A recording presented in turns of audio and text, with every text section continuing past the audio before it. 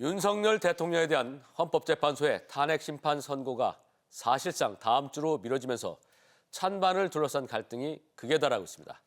범야권 대권 주자들도 윤 대통령 파면을 위한 총공세에 나섰는데요.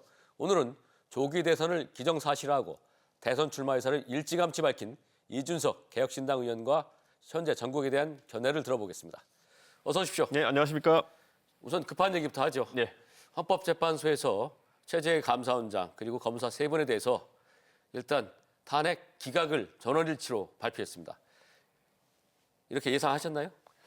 우선 명분이 부족했습니다. 감사원장의 감사 결과에 대해 가지고 또는 자료 조출 요구에 대한 그 문제 때문에 탄핵을 진행한다고 하는 것은 탄핵이란 제도가 가진 그런 엄중함에 비해 가지고 좀 부족한 부분이 있었고, 검사 탄핵 같은 경우에 민주당이 신중했었어야 됩니다. 왜냐하면 이재명 대표가 지금 수사기관이나 법원과 얽혀있는 일이 많기 때문에 이게 보복성 탄핵으로 보일 수밖에 없는 것이고, 그래서 저희 개혁신당은 그 당시 표결할 때부터 이건 아니다 이렇게 얘기했습니다. 그러다 보니까 그때 뭐 굳이 범야권의 다른 정당들한테서 공격도 많이 받았지만은 지금 와서 보면 옳은 판단이었던 겁니다. 오히려 이런 탄핵에 대한 반복적인 탄핵 때문에 국민들의 피로감이 커지고, 그러면 실제로 탄핵될 사유가 충분히 있고 저는 탄핵돼야 마땅하다고 생각하는 윤석열 대통령의 탄핵에도 안 좋은 영향을 줄 수 있는 거거든요. 그래서 저는 민주당이 주도한 좀 다급함 속에서의 자업자득이다 이런 생각이 좀 듭니다. 한편으로는 또 이런 게 있습니다.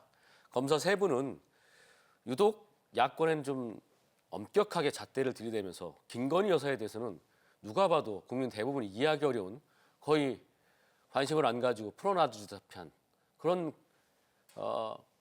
뭐랄까요, 수사를 계속 해왔고 또 계속 혐의 없는 걸로 종결을 내리고 설득하기 좀 어려운 그런 측면이 있지 않습니까? 수사기관의 편파성에 대한 논의는 굉장히 오랫동안 지속된 논의입니다. 근데 지금 민주당이 사실상 절대 의석을 가지고 본인들이 마음에 들지 않는 결과가 나왔을 때는 언제든지 검사를 속된 말로 자를 수 있다라고 하는 힘을 보여주는 것은 다른 문제입니다.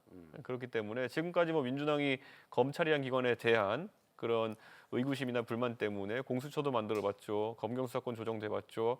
근데 이런 것들이 목적이 옳기 때문에 수단이 다 정당화되는 것이 아니라는 겁니다. 김건희 여사가 분명히 잘못됐다는 국민 대부분이 그렇게 생각해요. 수사도 하지도 않고 또 그때그때마다 종결합니다. 누가 봐도 굉장히 큰 범죄같이 느껴지는 것들을. 그럼 이런 것은 어떻게 해야 될까요? 저도 도이치모터스나 뭐 양평고속도로나 이런 것들에 대해 가지고 국민들이 시원하게 의혹 규명이 될 때까지 그런 절차를 해야 된다는 걸 항상 동의해 왔습니다. 그래서 사실 특검에 대해서도 계속 동의를 해왔던 거 아니겠습니까? 근데 결국은 그거를 거부권이나 이런 말도 안 되는 방식으로 거부해서 이렇게 온 것인데요. 사실 저는 검사를 탄핵한다고 했을 때 그럼 그 탄핵 이후에 그럼 그 수사를 책임지게 된 사람들이 그럼 다른 생각을 가지고 이 수사를 다른 방향으로 이끌어갈 것이냐, 딱히 그런 상황도 아니었거든요. 근데 답답하지 않습니까? 이래도 안 되고 저래도 안 되고. 굉장히 답답합니다. 저도. 김건희 여사는 어쨌든 문제가 많은데. 그래서 이런 윤석열 정부의 어떤 수사를 가로막는 행동이나 이런 것들이 나중에 결국 민주주의에 꽂힌 선거를 통해 가지고 다 평가를 받게 되어 있는 것이고, 이미 그런 김건희 여사에 대한 과보나 이런 것들이 역설적으로 민주당이 이번에 절대 의석을 가지게 된 이유 중에 하나라고 좀 보는 거거든요. 지금 만약 김건희 여사에 대한 특검이 진행된다고 해도 수사 결과가 나오는데 한참 걸릴 거거든요. 근데 이제 선거가 코앞으로 다가온 만큼 이제 조기 대선에서 이런 윤석열 대통령의 말도 안 되는 그런 일들을 바로잡는 게 중요하다고 생각합니다. 자, 이번에 검사 세 분 그리고 감사원장 다 이제 전원일치로 기각이 됐습니다. 이런 현상이 과연 윤석열 대통령 탄핵 선거에 일정한 영향을 줄까요? 저는 양 진영을 통틀어서 네. 보이지 않았으면 하는 행태가 그 법관이나 아니면 헌법재판관들의 판단에 대해서 일희일비하지 않았으면 좋겠습니다. 네. 지금 당장 그 윤석열 대통령의 구속 취소를 하신 그 판사분도 사실 저는 그 판단을 납득하지 못합니다. 그렇죠. 하지만 근데 잘 생각해보면 좀 거기서 특이한 지점이, 그 전에는 그분에 대해서 뭐 화교니 뭐 이런 공격하던 분들이 지금은 또 정의의 사도로 추앙하고 있다는 거죠. 그렇죠. 그런 모습 자체가 오히려 우리 정치권의 어두운 단면을 보여준 것이 아닌가 이런 생각을 하고요. 우리 그 법 체계하에서 영장주의를 채택했다는 것은 그런 수사 과정 전반에 대해 가지고 법원의 우위를 표시한 거거든요. 법과 법원의 우위를 표시한 거기 때문에 그것이 비록 이번에 다수가 봤을 때 좀 이상한 부분이 있고 관례를 저는 따르지 않은 그런 판단이거든요. 지적할 바는 있으나 이 영장주의 틀을 지키기 위해서라면은 우선 이것은 존중할 수밖에 없다. 다만 어제 법원 행정처장이 말씀하신 것처럼 검찰이 즉시 항고하지 않은 것은 그것은 굉장한 오해를 살 만한 일이고 국민들이 지적할 수 있는 일이다 이렇게 생각합니다. 알겠습니다. 자, 그런데 이 의원께서는 윤석열 대통령의 탄핵을 100% 확신한다고 했습니다. 예. 어떤 근거로? 대통령에게는 여러 가지 이제 방어권이 있는데 그 중에서 헌법 84조를 보면은 내란과 외환 빼고는 원래 기소도 안 돼야 되는 겁니다. 네.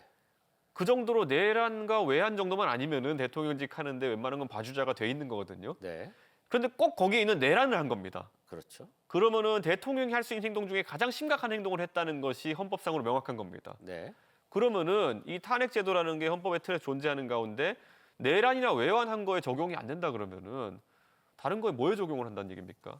자, 그런데 말이죠. 만에 하나 기각이 됐으면 이 의원님은 어떻게 받아들일 겁니까? 만에 하나. 저는 항상 법원이나 헌재나 어떤 기관의 판단이든지 존중한다는 입장 항상 지금까지 밝혀왔습니다. 네. 그래서 헌법재판소에 그런 판단이 나오면 존중은 하겠지만은 예. 저는 굉장히 유감스러울 것 같습니다. 만약에 기각이라는 판단이 나온다면 아까 예. 제가 말씀드린 이유로 거의 대통령이 처벌받을 수 있는 유일한 행동을 예. 했는데 그에 대해 가지고 탄핵 판단이 안 나온다? 그러면 예전에 훨씬 그것보다 덜한 문제로 탄핵을 당한 박근혜 대통령과 형평 문제는 어떻게 합니까? 저는 그거는 그렇게 돼서는 안 된다고 생각합니다. 자, 조기 대선을 확진하고 있는 것 같습니다. 예.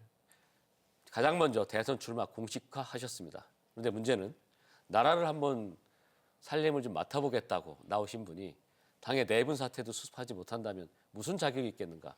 많은 사람들이 물어보죠. 이렇게 봅니다. 사실 당이라는 곳은 뭐 생각이 비슷한 사람들이 모여 있는 곳이지만 거기서 사리사욕이 깃들게 되면은 가끔 당 다수의 구성원과 반대되는 판단하는 분들이 있을 겁니다. 네. 그래서 개혁신당 내에 있었던 것들이 언론에서 자꾸 보도를 할 때 무슨 뭐 세력이 두 패로 갈려가지고 다투고 있는 것처럼 해서 그렇지 사실은 이미 당원들의 92%는 뭐 선택을 한 상황이고 허은하 전 대표의 그런 행동이 옳지 않았다고 판단한 상황이고 그래서 민주적인 절차를 통해 가지고 지금 대표직에 면직된 상태입니다.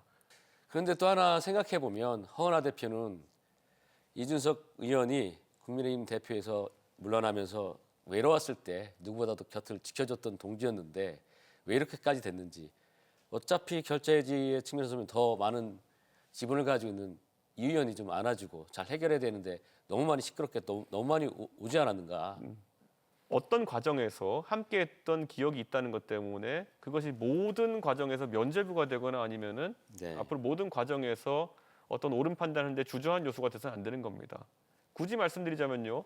한동훈 대표 같은 경우에는 윤석열 대통령한테 많은 은혜를 입었죠. 예전에 특검할 때 데리고 가기도 했고요. 젊은 나이에 법무부 장관 시켜주기도 했고요. 그다음에 비대위원장 만들어주기도 했고요. 그러면 한동훈 대표가 윤석열 대통령의 나쁜 행동에 대해 지적하면 안 된다는 것인지 그렇지 않거든요. 저는 항상 어느 시점에서든지 지도자라고 한다면은 옳은 판단을 가야 되는 거지 인정이나 정리에 이끌려가지고 판단하는 순간 그게 사조직이 되는 거거든요. 알겠습니다. 자, 대선 이제 출마 기정사실화 했는데 지금 개혁신당이 가지고 있는 자금력 또 인력 이런 것으로 봤을 때 완주가 가능할까? 이런 생각들도 합니다. 개혁신당이 처음 차려졌을 때도 그 제가 동탄에 선거 나가고 했을 때 네. 이준석이 과연 이 선거를 끝까지 갈 수 있겠느냐 나중에 가서 단일화하겠다고 매달리지 않겠느냐부터 많은 호사가들의 이야기들 지금 네. 종편방송 나가가지고 평론한다는 사람 중에 9할 이상은 다 그런 예측을 했습니다. 완주하지 못할 것이다. 예. 다시 돌아오겠다 할 것이다. 애걸복걸할 것이다. 거기에 더해서 뭐 가장 큰 건 낙선할 것이다부터 해가지고요. 예. 그런데 저는 하나도 흔들리지 않았고요. 제가 갈 길 가가지고 성과를 냈습니다. 제가 처음에 전당대회에서 국민의힘 당대표 될 때도요. 저거 완전 광팔로 나온 거 아니냐 이렇게 비하적으로 얘기하는 사람도 있었고요. 네. 그냥 경험 쌓으러 나온 거 아니냐 이렇게 얘기한 분도 있었고요. 근데 당선됐습니다. 제가 정치적인 여정에서 어떤 도전을 할 때는 사실 되게 진지하게 하는 것이고요. 예, 본인의 어떤 그것은 희망인데 정치는 냉정하지 않습니까? 나왔을 때 3위 정도로 그치고 또 당세도 약하고 뭐 이런 걸 감안했을 때 또 지금까지 대선이 그랬지 않습니까? 어떤 대선에서든 간에 3위로 출발한 사람이 1등한 적은 없었습니다.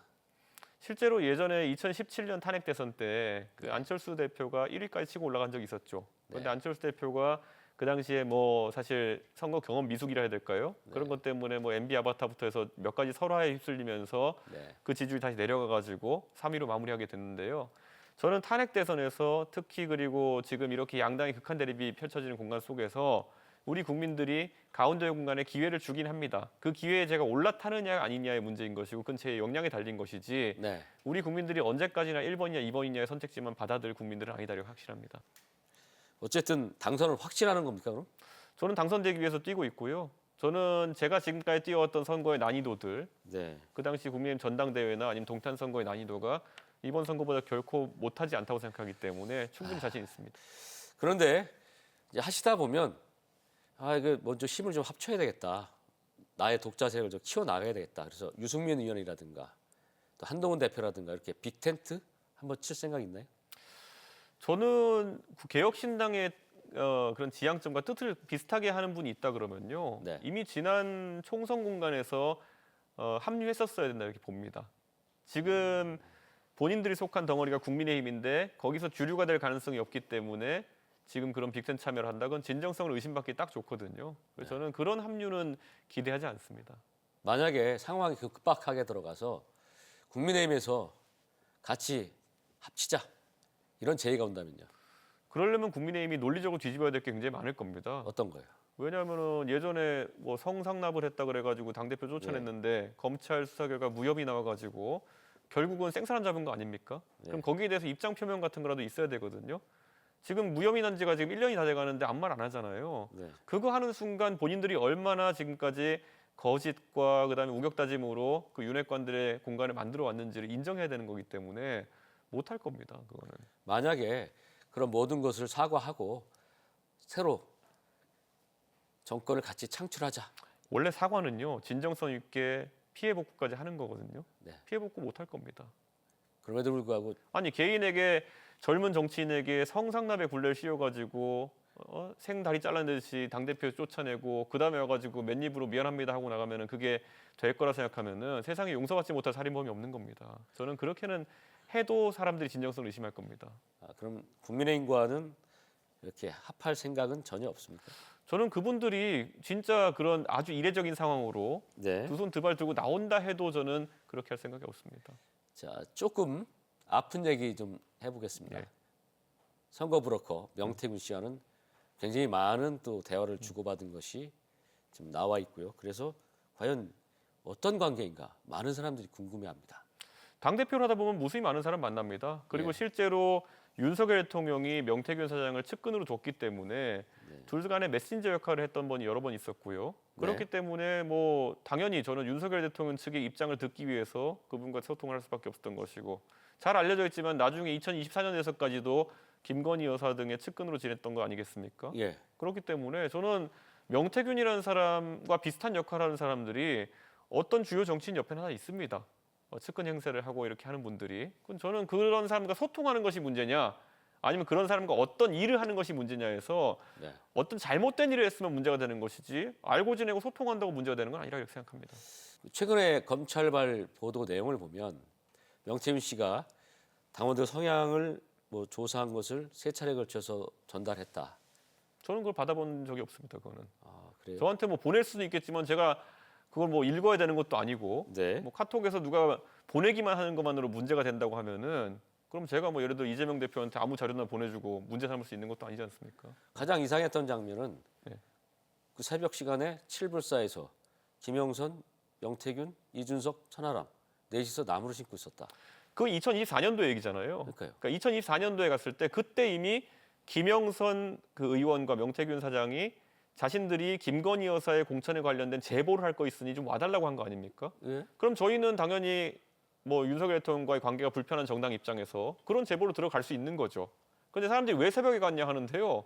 그게 저녁에 9시까지 제가 서울에서 일정을 마치고 4시간 동안 저희 당직자가 운전하는 차를 타고 가서 만난 겁니다. 그게 왜 그러냐면은 시간을 할애할 시간이 없으니까 바쁘니까 그때 선거 출마하는 상황이었고 그래서 새벽 1시에 가서 얘기하고 한 3시간 얘기하고 그 운전했던 당직자가 쉬고 나서 새벽 4시에 올라온 거거든요. 이재명 대표가 이제 곧 있으면 2심 선고 나오는데 자 유죄 나왔어요. 이분은 끝까지 갈까요? 아니면 뭐 여러 가지 변수가 생길까요? 뭐 지금 이재명 대표는 뭐 본인이 그만두면 죽는다고 생각할 테니까요. 네. 계속 그 출마를 강행할 것이고요. 저는 이재명 대표는 지금까지 법 없이도 뭐 본인이 계속 이런 걸 강행해왔던 분이니까 네. 뭐 크게 다른 변화가 있을 것 같지는 않습니다. 민주당이 탄핵 국면에서 그 빨리 탄핵을 이끌어내기 위해서 했던 여러 가지 탄핵의 탄핵 이런 것들이 좀 조급함이 보였다. 이런 얘기들도 있는데 동의하시나요? 저희는 계속 지적해 왔고요. 개혁신당에서는 이게 나중에 헌법재판소의 선입 선출의 원칙, 그러니까 먼저 들어온 것을 먼저 판단 내린다의 원칙 같은 것과 결합해가지고 오히려 그들이 그렇게 원했던 윤석열 대통령의 탄핵 절차를 늦출 가능성이 있다라는 것까지 지적해 왔습니다. 네. 그렇기 때문에 민주당도 그 이재명 대표의 다급함 때문에 너무 이런 일정을 성급하게 진행한 거 아닌가라는 비판을 피해갈 수 없을 겁니다. 알겠습니다. 그러면 이제 국민의힘 얘기를 한번 해보겠습니다. 네. 국민의힘은 요즘 보면 거의 아스팔트 뭐 극우 세력들과 너무 결합하고 있다. 너무 우클릭이 심해서 극우까지 간 거 아니냐. 이 당이 그렇게 가는 거 아니냐. 이런 많은 우려들도 있어요. 사실 국민의힘이 2017년 탄핵 이후에 거의 한 4, 5년의 시간 동안 전혀 어떤 선거에서 승리하지 못하다가 다시 승리하기 시작했던 것이 김종인, 이준석 체제가 들어오면서 그랬던 거거든요. 그런데 그 김종인, 이준석 체제로 승리하는 법을 알았으되 그 승리하고 나니까 나중에 그 승리한 권력을 독차지하려고 윤석열 대통령과 윤핵관에 나서가지고 이제는 중도 보수에 해당하는 사람들 다 내친 거 아니겠습니까? 그러니까 남아있는 게 짠물인데 어떻게 하겠습니까? 계속 이 짠물을 들이키면은 더 짠물이 되고 저는 이제 마실 수 없는 물의 상태가 된 것이 아닌가 생각합니다. 우리 충청도에 오셨으니까. 예. 지금 이제 계속해서 이참에 청와대도 그렇고 현재 대통령실도 그렇고 좀 쓰기 좀 어렵게 됐으니 대통령실 아예 세종으로 이전하고 국회도 통째로 옮기고 해서 진정한 행정수도를 만들어 보자라는 정치권의 움직임이 굉장히 많아지고 있습니다. 동의하시나요? 저는 이미 그 세종에 만약에 이제 조기 대선이 치러지고 새로운 대통령이 뽑히면은 청와대를 다시 활용할 수 있는지의 가능성에 대해서 보안 점검이라는 걸 먼저 해야 되고요. 불가능한 판단이 있을 시 그럴 때 세종에 영구적으로 대통령실 설치하는 것이 옳다라고 얘기한 바가 있습니다. 네. 그래서 저는 지금 당장 세종에 집무실 설치하는데 일정한 시간이 걸리기 때문에 먼저 그 청와대 재활용 가능성을 판단해야 되는 것이고요. 오늘 제가 연구원에 방문해가지고 기자들이 물어봐서 이런 얘기를 한 바 있습니다. 제가 브라질의 행정 수도인 브라질리아를 작년에 우원식 의장 모시고 다녀온 적이 있습니다. 근데 그 중에 가장 인상적이었던 거는 브라질리아라는 도시의 중심부에 의회와 대통령 집무실 건물이 길 하나 두고 같이 있는 거였습니다.